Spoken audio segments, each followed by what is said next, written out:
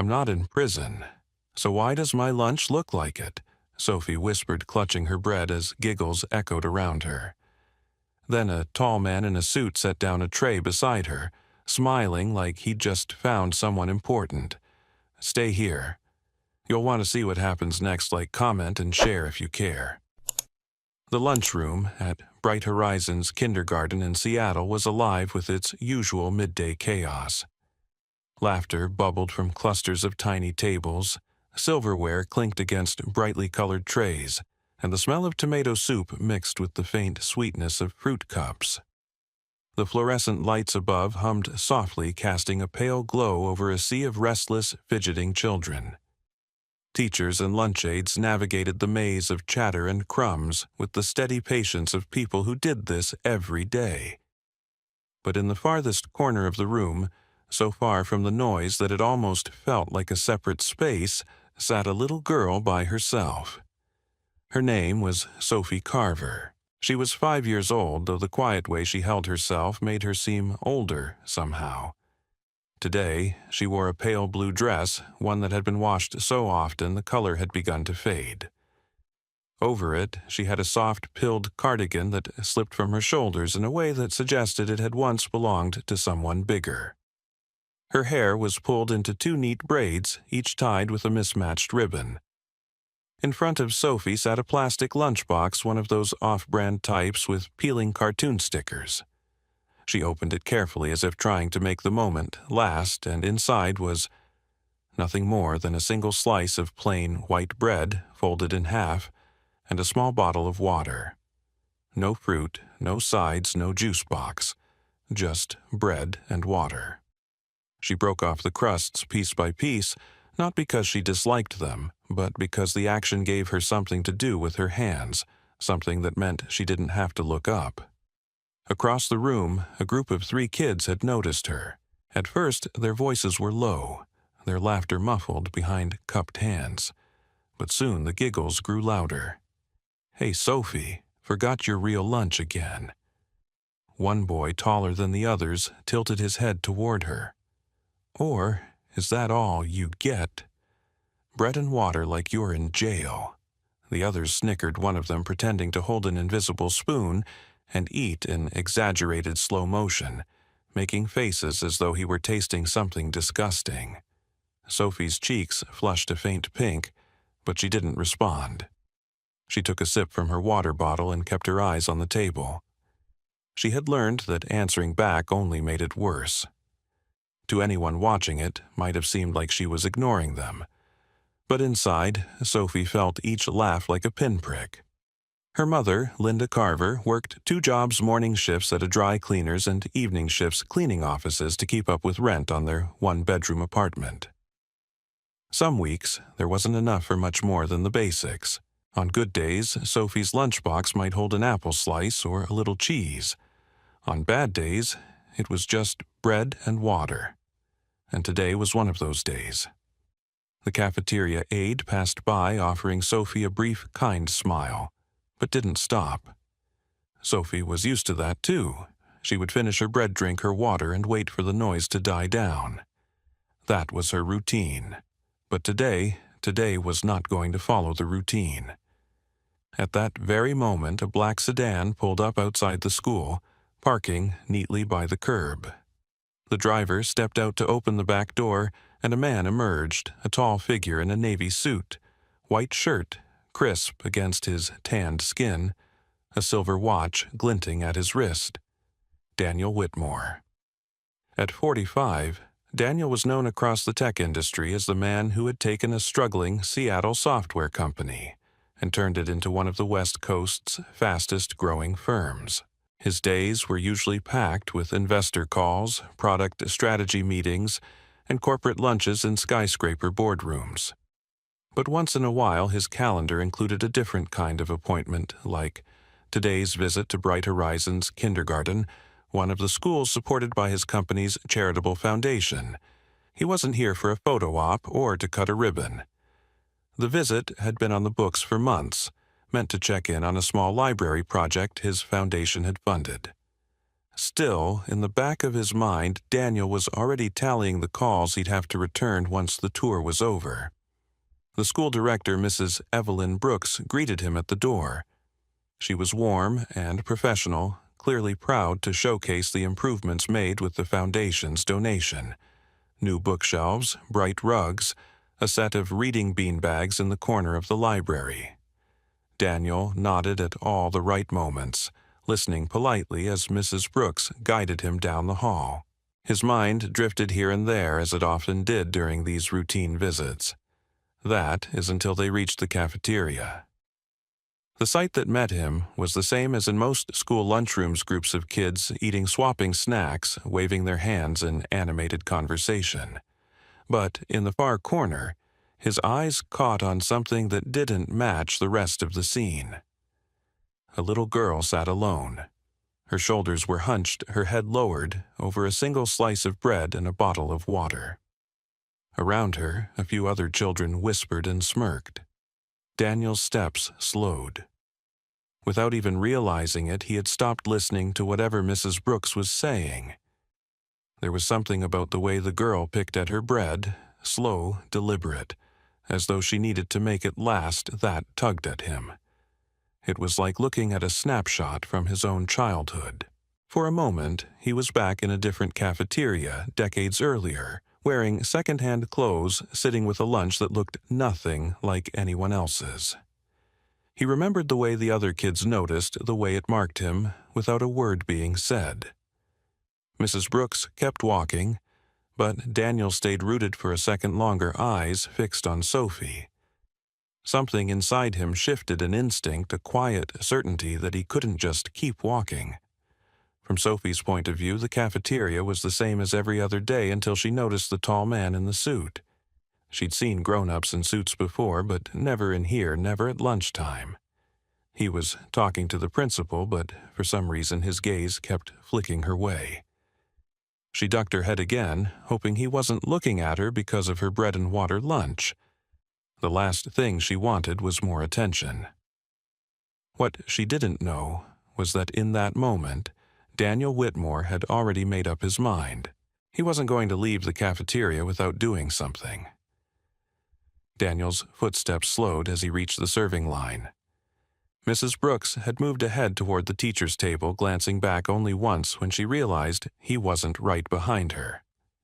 "Mr. Whitmore." "Is everything all right?" she asked. He gave her a polite nod, his voice calm. "Yes, I'll join you in a moment." She looked a little puzzled, but didn't press further. Daniel turned his attention to the cafeteria trays lined up on the counter. The lunch options today were simple pasta with marinara, a small fruit cup, a carton of milk, and a cookie wrapped in plastic. He picked up a tray and began placing items on it, just like every other child in the room. The lunch aide, a middle-aged man with kind eyes and a name tag reading Tommy Grant, raised his brows. "Don't usually see a man in a suit grabbing school lunch," he said with a small grin. Daniel smiled back. "Thought I'd try something different today." What Daniel didn't say was that the tray wasn't for him, not really. It was his way of sitting at that corner table without making Sophie feel like she was being singled out for her meager meal. He took the tray, walked toward the far corner, and felt the low hum of conversation shift around him. Children glanced up, whispered, nudged each other. Some of the teachers paused mid-step, curious about where he was going. Sophie noticed, too. She froze her fingers, still holding the corner of her bread. Her eyes darted to the group of kids who had been teasing her earlier, as if expecting another round of mockery, this time with an adult's involvement. Instead, Daniel stopped right beside her table. He set his tray down gently so the sound didn't startle her, and crouched a little so his gaze was level with hers. "Hi," he said softly. "Mind if I sit here?" For a moment, Sophie just stared at him, her big brown eyes flicking from his face to his expensive suit and back again. She glanced at the kids nearby who had gone unusually quiet, then back at him. "Okay," she said finally, almost in a whisper. Daniel slid onto the bench, leaving enough space so she wouldn't feel crowded. He unwrapped his fork and took a casual bite of pasta as though it were the most natural thing in the world to be sitting here. The children, who had been mocking her before, were watching openly now. One boy frowned in confusion. Another's smirk faded into something more like curiosity. Even Tommy from behind the counter kept glancing over as if wondering what was going on. Daniel didn't start with questions about her lunch. He knew too well that asking directly could make a child feel defensive or ashamed. Instead, he began to talk about something completely unrelated. "You know," he said, "when I was about your age, I once brought the wrong thing for lunch. I was in a hurry that morning and just grabbed a can from the pantry without looking." Sophie's eyes flickered toward him, curious, despite herself. "I thought it was soup." Daniel continued, lowering his voice a little as if sharing a secret. "But when I opened it at school, it was dog food." Her hand paused mid-motion. "Dog food?" she repeated, almost incredulous. "Yep," Daniel said with a rueful grin. "I think my face looked like this." He made an exaggerated grimace which drew the smallest, shyest giggle from her. Encouraged, he added, "Don't worry, I didn't eat it. But I'll tell you, I never picked a can from the pantry without looking again." That tiny laugh had loosened something in the air between them. Daniel slid his fruit cup a little closer to her side of the table. "Do you like grapes?" She hesitated, eyes darting to him, and then back to the small container. "Sometimes." "Well," he said, "pushing it a fraction closer today seems like a good sometimes." Her fingers reached out tentatively, plucking a grape from the cup. She popped it into her mouth, chewing slowly, as if savoring the sweetness. "That's better than dog food," she murmured. Daniel chuckled. "Much better." For a few minutes they talked about simple things. Favorite animals, colors, the swings in the playground. She spoke in short sentences, at first testing the air. But as the minutes passed, her shoulders began to relax, and her eyes met his more often. Daniel listened intently, nodding at the right moments, encouraging her without pushing too hard. He could see the faint hollowness in her cheeks, the way she held her bread as if it were something precious. At one point, he noticed the group of kids who had teased her earlier, shifting uncomfortably in their seats. Without Daniel saying a word to them, their expressions had changed confusion, replacing mockery as if they no longer knew how to treat the girl who had a man like this, choosing to sit with her. From across the room, Mrs. Brooks observed the scene with surprise. Daniel Whitmore was known for his efficiency and focus, not for lingering over lunch with kindergartners. Yet here he was talking to Sophie Carver, as though she were the most important meeting on his calendar. Even Tommy Grant, who had worked in school cafeterias for over a decade, felt something shift. He'd seen plenty of adults walk past moments like this without noticing, or pretending not to. But Daniel had stopped. And that made all the difference. When the lunch period began to wind down, Sophie carefully wrapped the last half of her bread back into her lunchbox. Daniel caught the small deliberate movement and understood, without asking, she was saving it for later. He didn't comment on it, just offered her the rest of his grapes and the cookie from his tray. She took the grapes with a small smile but shook her head at the cookie. "My mom says too much sugar makes me bounce off the walls," she said matter-of-factly. Daniel grinned.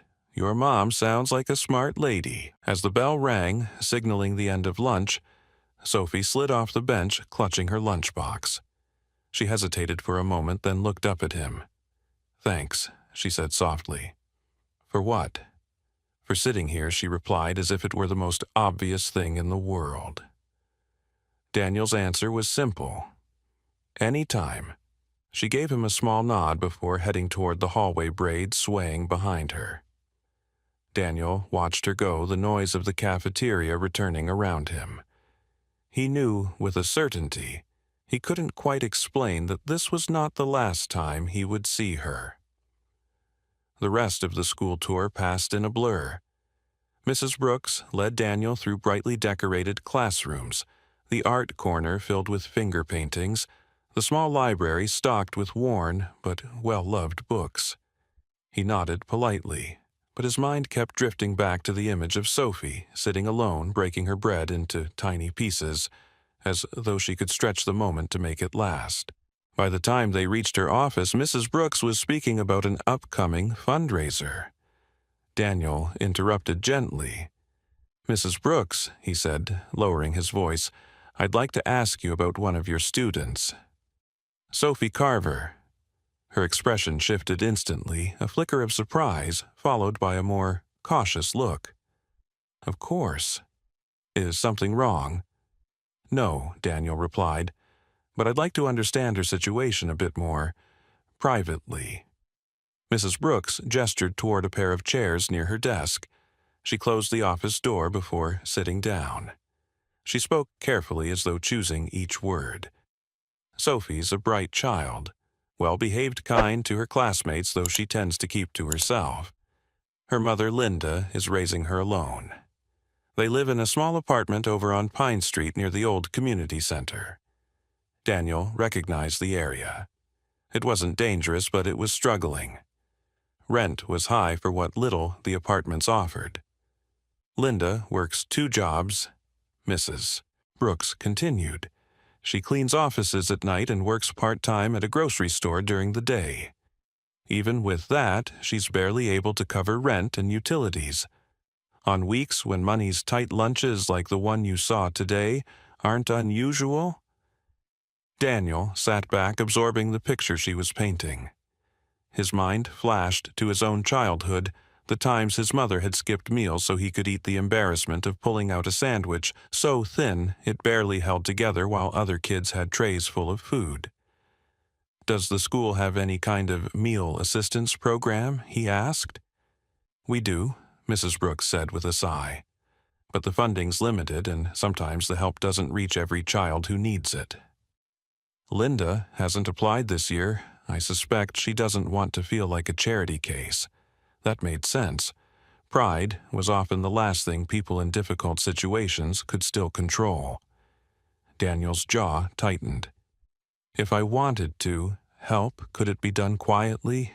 Mrs. Brooks looked at him for a long moment, her eyes narrowing slightly, as if trying to measure the sincerity behind his question. "Yes," she said finally, "it can." As they moved on to the final stop of the tour, Daniel was no longer thinking about the foundation's PR photos or corporate donations. His thoughts were fixed on one small girl with a plastic lunchbox, and on the mother working herself to exhaustion to hold their world together. That afternoon, Linda's day was unraveling. At the grocery store, she glanced at the clock, counting the minutes until her shift ended. Sophie had woken up with a mild fever, but Linda couldn't afford to miss work. She'd dropped her off at school with a promise to call if things got worse. Her phone vibrated just as she was stacking a box of canned goods. It was the school nurse. Sophie's fever had climbed. Linda's stomach sank. "I'll be there as soon as I can," she said, already pulling off her apron. The manager wasn't sympathetic. "You've already taken 2 half-days this month, Linda. If you walk out again—" "I know," she said quietly, though her chest burned. She didn't wait to hear the rest. By the time she reached the school, her mind was already racing how to make up the lost hours, whether rent would be late again, whether Sophie's cough was turning into something worse. Daniel saw them as he was leaving. Linda's dark hair was pulled into a messy bun, and she looked pale from fatigue. Sophie leaned against her side, clutching the lunchbox from earlier. He didn't approach them then. It wasn't the moment. But he noted the way Linda's eyes scanned the hallway, the guarded wariness in her posture, as if expecting judgment from every direction.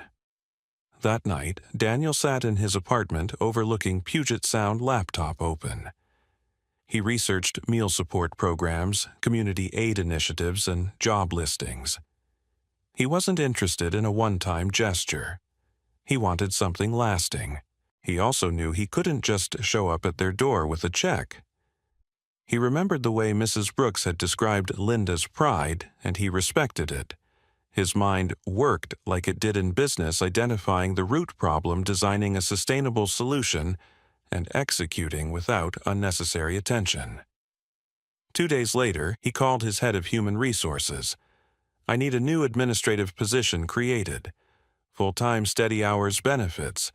Skills required organization, attention to detail, basic computer literacy. And I want this sent through a recruiter to someone specific." The recruiter's call to Linda came a week later. She was told the position was part of a new community partnership program. She didn't know that Daniel's name was anywhere in the picture. Meanwhile, Daniel began visiting the school more often. Sometimes he stayed for just 15 minutes watching the kids play. Other times he'd drop off supplies, a box of watercolor paints, stacks of sketch pads, books about animals and far-off places. He always left quickly before Sophie could feel singled out. But one afternoon, as he was stepping back toward his car, he spotted her through the classroom window. She was leaning over a fresh sketchpad, pencil in hand, completely absorbed. Her small smile as she shaded a flower petal was worth every effort. It was Tommy, the cafeteria aide, who caught him lingering one day. "She's a good kid," Tommy said. "Quiet, but there's a spark there. Reminds me of my niece before she came out of her shell." Daniel nodded. "Sometimes it just takes the right person noticing." Tommy gave him a curious look. "And sometimes that person's you, huh?" Daniel didn't answer, but his silence said enough. 3 weeks after their first meeting, Linda walked into her new job's office for the first time. The pay wasn't extravagant, but it was steady, the hours regular. Most importantly, she could be home in the evenings to read to Sophie and help with homework. When Mrs. Brooks mentioned to Daniel that Sophie had been smiling more lately, he didn't take credit. He simply tucked the information away like a quiet victory. Still, he knew food and finances weren't the only challenges. The deeper wound was isolation, the feeling Sophie had that she was somehow separate from everyone else. That was harder to heal, and Daniel sensed it would take more than school supplies and a better paycheck to fix. But for the first time in weeks, he felt they were moving in the right direction. Linda adjusted the sleeves of her new work blouse, smoothing the fabric as she stepped into the office of Whitmore Solutions. The building was higher than she expected. Open windows letting in streams of morning light, potted plants lining the halls. It was nothing like the grocery store's cold fluorescent aisles or the silent, echoing offices she used to clean after hours. Her new desk was modest, but hers. A small plant in the corner, a drawer that actually locked a comfortable chair. As she settled in, she thought about the last 3 weeks. Sophie had stopped asking why she was gone so much at night. They'd eaten dinner together every evening. And for the first time in years, she'd been able to buy fresh fruit without calculating how many days it needed to last. She didn't know that the man who had sat beside Sophie in the cafeteria was the one who had made this possible. The lunch table where she used to sit alone now had space for 3 other girls, Lily, Anna, and Mia, who had gradually drifted over after seeing Daniel there that day. It hadn't happened overnight. At first, they'd sat near her, but not next to her testing the waters. Then, Lily had asked about the flowers Sophie was drawing. Anna offered a half of her sandwich in exchange for a picture. By the 3rd week, they were saving her a seat. Sophie still had moments of quietness, but there was laughter now. Real laughter, not the hesitant giggles she'd given Daniel the first day. One Friday afternoon, Daniel arrived with a box so big, Tommy had to help him carry it into the art corner. Inside were stacks of watercolor paints, fresh brushes, colored pencils, and sketchbooks. For the whole class, Daniel said, catching Mrs. Brooks's eye. But when Sophie walked in after recess and saw the supplies, her eyes lit up. She ran her fingers over the smooth cover of a sketchpad like it was treasure. Mrs. Brooks smiled knowingly. Looks like someone's going to be busy this weekend. Sophie nodded, hugging the pad to her chest. The spring sun was warm enough now for outdoor recess, and the playground became a lively battlefield of tag kickball and make-believe adventures. One afternoon, Sophie was swinging with Lily and Anna when 3 boys from another class sauntered over. "Hey, bread and water, girl," one of them jeered, snatching the flower Sophie had tucked behind her ear. Lily started to speak up, but Sophie froze her hands, gripping the swing chains. Before anyone could react, a shadow fell over the group. "Is there a problem here?" Daniel's voice was calm, but there was a weight to it that made the boys shift uncomfortably. They mumbled something about a joke and backed away. Daniel crouched beside Sophie's swing. "You okay?" She nodded, though her cheeks were pink. "You know," he said lightly, "where I grew up, the toughest kids were the ones who could ignore people who didn't matter. Looks to me like you're pretty tough." Her lips twitched into the smallest smile. That incident rippled quietly through the playground. The boys didn't bother her again, and word spread that the man in the suit was looking out for Sophie. Meanwhile, Linda was adjusting to her new role with growing confidence. She was efficient, organized, and naturally good with people. Her manager, unaware of the backstory, praised her attention to detail and reliability. For the first time in a long while, Linda felt like she had control over her life.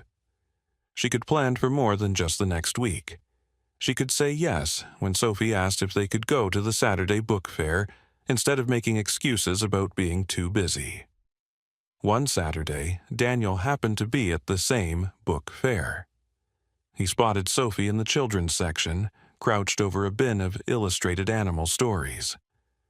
Linda was beside her, flipping through a cookbook. He approached slowly, not wanting to intrude. Sophie looked up, and her face brightened. "Daniel," she said, standing and holding out a book about the sea turtles. "Did you know they can live for over 100 years? I did," he said with a smile. "But I didn't know someone your age would be teaching me about them." Linda's eyes softened as she watched the exchange.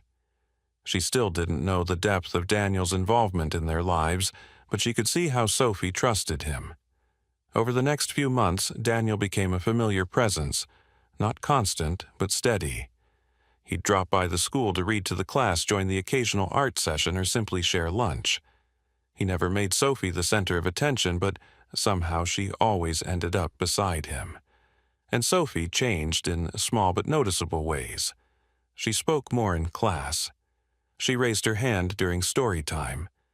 She even volunteered to help younger students in the reading corner.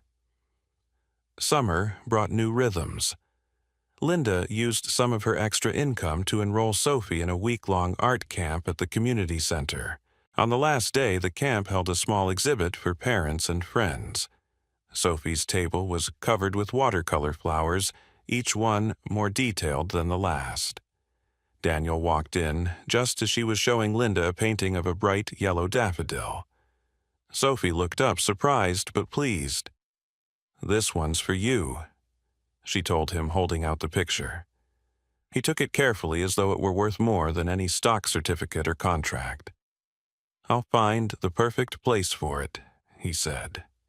And he meant it. It wasn't all smooth sailing. There were days Sophie came home. Upset arguments with friends, a poor grade on a spelling quiz, a substitute teacher who didn't know her name. But Linda noticed something different. Now, Sophie bounced back faster. She didn't sink into herself the way she used to. Daniel noticed it too. He saw it in the way she greeted him without hesitation, in the way she'd share details about her day without needing to be coaxed. Trust had taken root. He still hadn't told her the full truth about how he knew her mother's struggles, about the role he had played in changing their circumstances. That moment would come. For now, it was enough to see her thriving. Late one afternoon after the other kids had gone home, Sophie was in the art corner finishing a painting. Daniel was helping Tommy stack chairs. She looked up from her work. "Daniel?" "Yeah." "Why did you sit with me that day? You could have sat anywhere." He thought for a moment, then said simply, "Because I wanted to." She seemed to consider that, then nodded, as if it made perfect sense. "I'm glad you did." That night, as Daniel drove home, Sophie's words echoed in his mind. "I'm glad you did." The journey wasn't over. If anything, it was just beginning. But for the first time, Daniel felt certain that whatever came next, they would face it from the same side of the table. Autumn arrived in Seattle with a hush of golden leaves drifting across the sidewalks, and a crisp breeze that carried the smell of rain. Sophie's kindergarten year was nearly over, and the school was abuzz with preparations for the annual winter performance.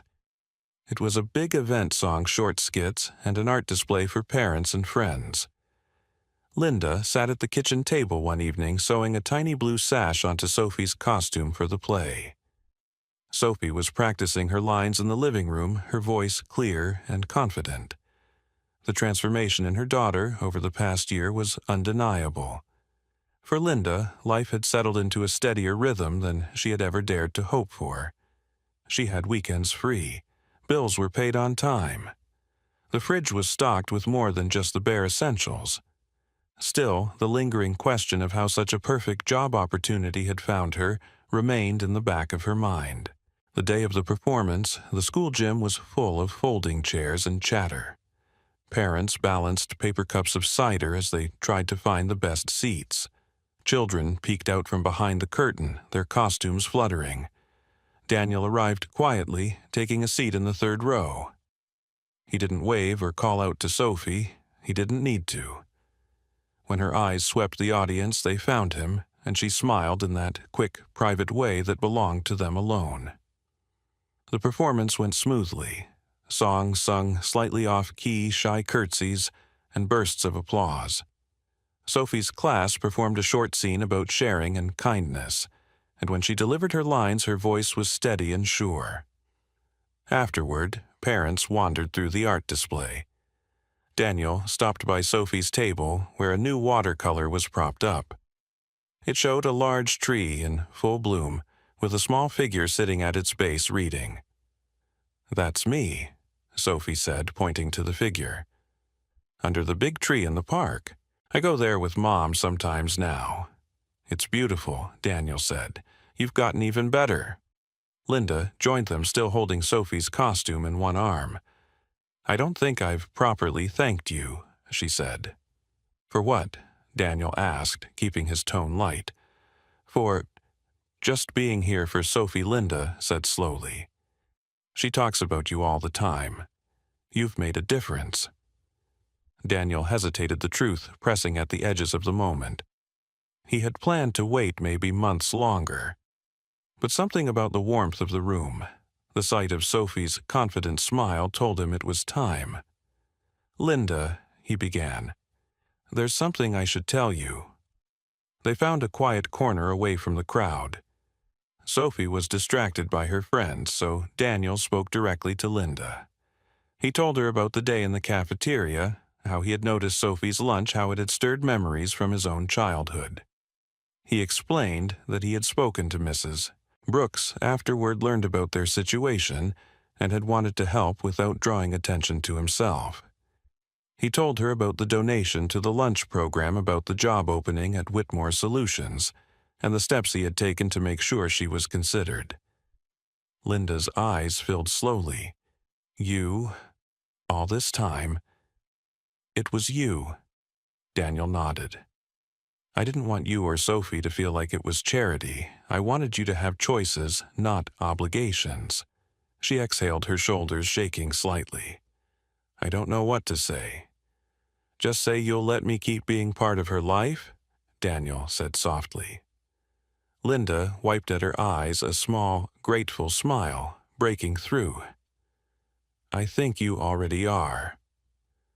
That evening, after most of the families had left, Sophie spotted Daniel by the snack table. She walked up holding a sandwich from the refreshment spread. "You didn't eat anything," she said. "Here."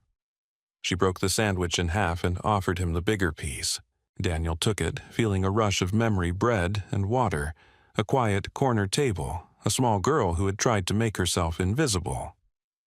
"Now, it's my turn to share," Sophie said, grinning. It was such a simple gesture, but it caught him completely off guard. He blinked, swallowing the lump in his throat. "Thank you, Sophie. That means more than you know." Over the next weeks, the truth of Daniel's involvement settled naturally into their lives. There was no sudden shift, no awkwardness. Sophie continued to chatter about her drawings and her friends. Linda adjusted to the idea that someone had chosen to invest in them without expecting anything in return. Winter turned to spring. One Saturday, they decided to visit the big park Sophie had painted. They walked under the cherry blossoms, petals drifting like pink snow. Sophie ran ahead, her laughter ringing across the open space. When she stopped under the largest tree and sat down with a book, Daniel recognized the scene from her painting. He sat beside her, and Linda joined them a moment later. "This is the place," Sophie said simply.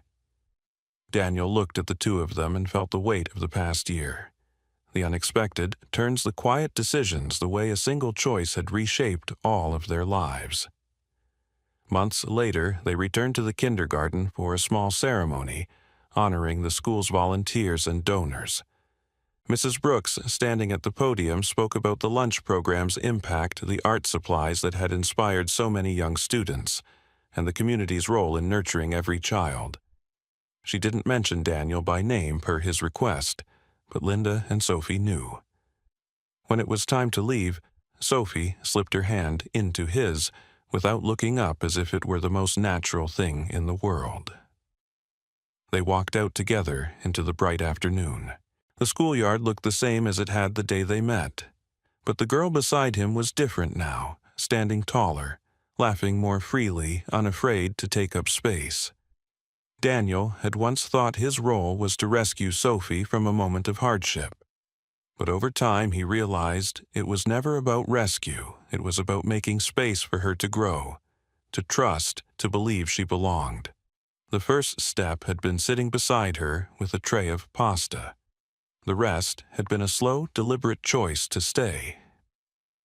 And as they stepped onto the sunlit sidewalk with the season turning fresh and green, Daniel knew that what bound them now wasn't circumstance or obligation. It was chosen family built on kindness, patience, and the simple courage to see someone fully and refuse to look away. In the end, Sophie's journey was not defined by the bread and water lunch that began it all, but by the steady hand of kindness that reached across the cafeteria table. Daniel's quiet choice to sit beside her grew into a bond that reshaped both of their lives. What started as a single moment of compassion became years of trust, opportunity, and shared joy. Sophie learned she was worthy of being seen, and Daniel discovered that real change comes not from dramatic rescue, but from consistent, genuine presence. The lesson here is simple, yet profound. Small acts, when done with sincerity, can create ripples that transform lives. You don't have to be a millionaire CEO to make an impact. You only have to be willing to notice, to care, and to act. In today's fast-paced, distracted world, the most powerful gift you can give someone is your time and attention. So ask yourself who in your life might be waiting for you to take that seat beside them. If this story touched your heart, consider subscribing to our channel. Your support gives us the motivation to keep bringing you more inspiring stories that remind us all of the power of empathy and human connection.